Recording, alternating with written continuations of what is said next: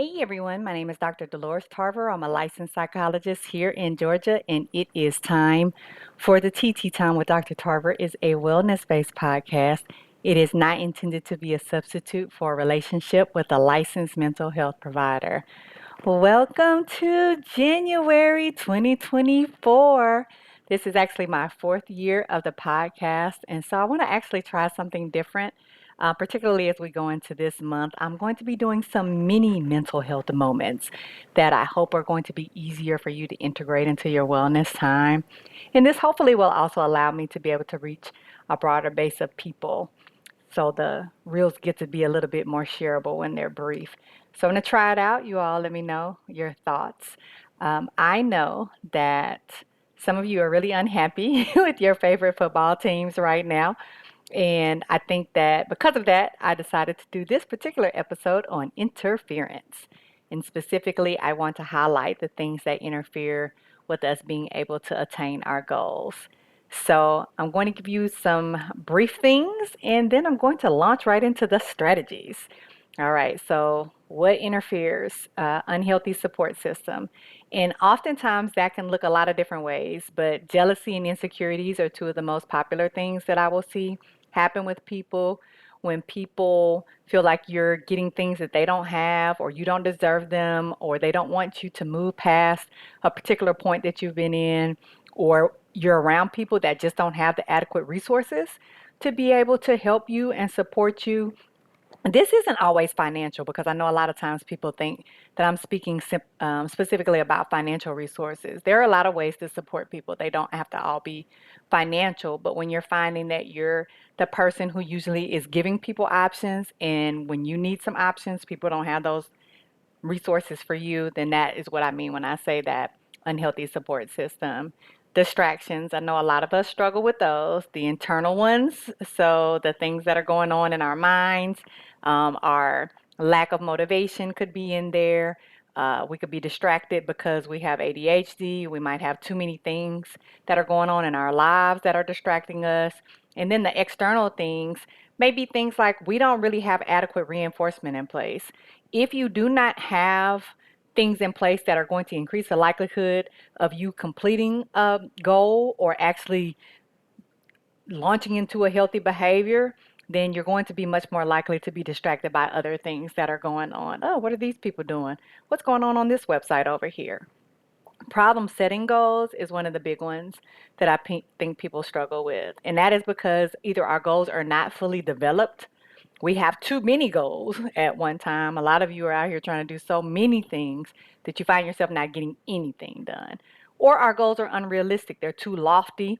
They are just things that aren't attainable in the time frame that we are trying to get them accomplished in. Lack of commitment.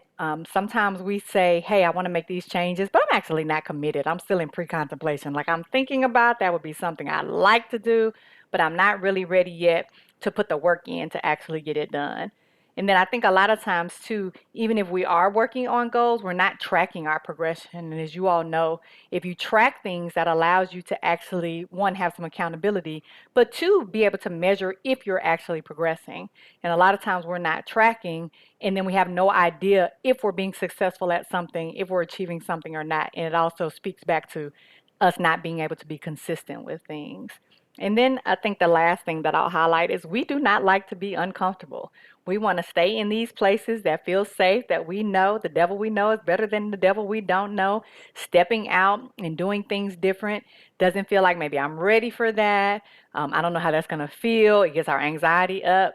So we just don't. We get stuck, we feel trapped. So, what do you do about these things? One, in terms of that support system, I do think it's important in this new year to really be strategic about clearing out people in your life who aren't invested in you, who aren't able to support you. And I know for some of those for some of you, those will be the people that are closest to you.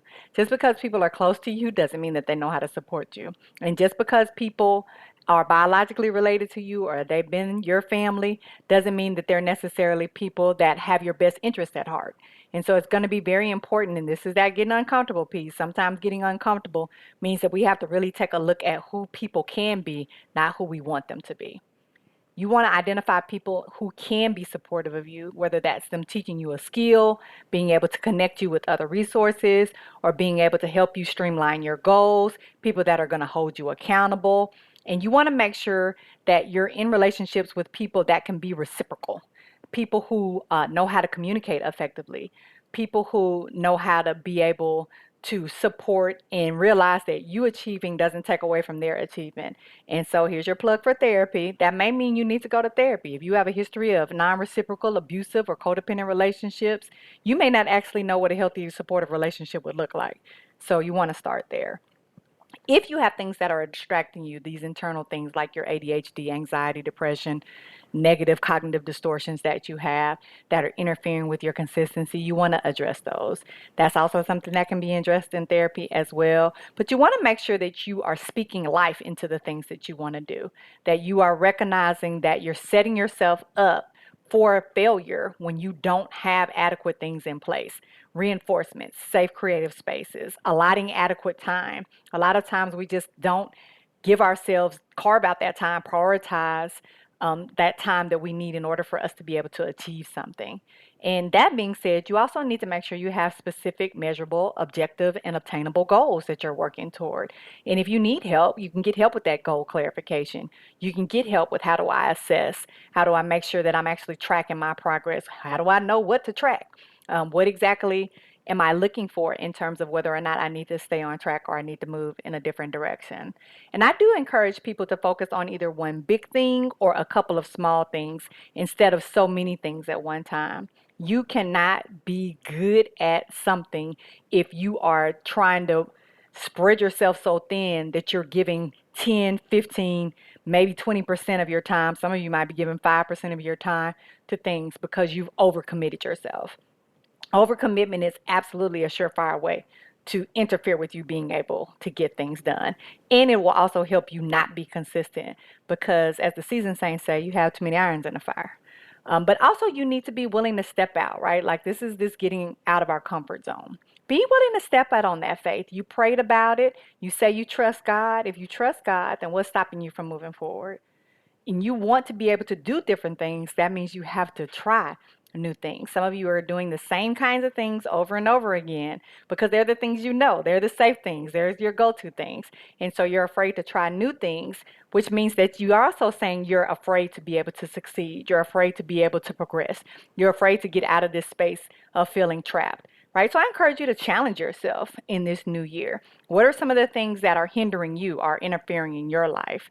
We want to eliminate or we want to limit. Sometimes we can't always eliminate it, but we can definitely limit it in terms of those interferences so that you can reach those goals. All right, this is your mini mental health moment. Be well.